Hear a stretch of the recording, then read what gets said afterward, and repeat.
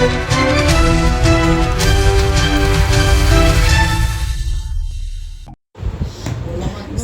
દક્ષિણ ગુજરાતમાં શનિવારે આખો દિવસ વરસાદ વરસ્યો હતો, જેમાં સુરત શહેરમાં સરેરાશ 2 ઇંચ વરસાદ નોંધાયો હતો.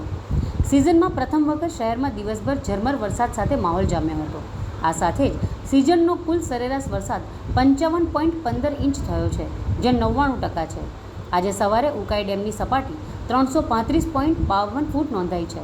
ઉકાઈ ડેમની સતત સપાટી વધવાના પગલે ઉકાઈ ડેમના 15 દરવાજા ખોલી તાપી નદીમાં 1,94,551 ક્યુસેક પાણી છોડવામાં આવી રહ્યું છે. ઉપરવાસમાંથી હાલ ઉકાઈ ડેમમાં 3,05,655 ક્યુસેક પાણીની આવક થઈ રહી છે. ઉકાઈ ડેમના 11 દરવાજા 8 ફૂટ અને 4 દરવાજા 6.5 ફૂટ ખોલી તાપી નદીમાં પાણી છોડવામાં આવતા તાપી 2 કાંઠે વહી રહી છે. આ સ્થિતિને પગલે તાપી નદી કિનારેના ગામોને સાવચેતીના ભાગરૂપે એલર્ટ કરવામાં આવ્યા છે અને માછીમારોને માછીમારી ન કરવા જવા અપીલ કરી છે.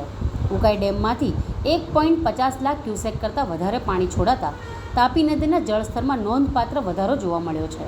તાપી નદીના કિનારા ઉપર પાણીનો જળસ્તર વધતા વહીવટી તંત્ર પણ એલર્ટ થઈ ગયું છે. સુરતના તાપી નદી કિનારે આવેલા અલગ અલગ ઓવારા ઉપર પાણીનો સ્તર વધ્યો છે.